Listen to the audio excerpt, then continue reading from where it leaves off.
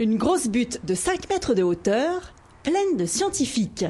Nous sommes au centre d'études techniques de l'équipement à Grand-Quevilly pour l'expérimentation grandeur nature et inédite d'un remblai nouvelle génération. Un remblai, c'est une surélévation de terre sur laquelle les routes, autoroutes et voies de chemin de fer sont installées. À la différence de ceux sur lesquels on circule habituellement, celui-ci est fait en partie de matériaux recyclables. Afin de tester sa résistance, on l'inonde artificiellement.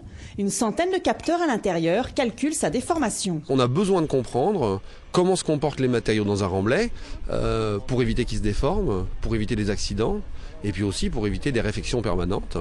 Et enfin, et je dirais presque surtout, dans le contexte où vraiment le développement durable et l'économie des ressources et d'énergie sont vraiment un enjeu majeur pour la société aujourd'hui, d'être capable de constituer maintenant des ouvrages qui soient plus économes. En Seine-Maritime, l'inondation des vallées n'est pas exceptionnelle.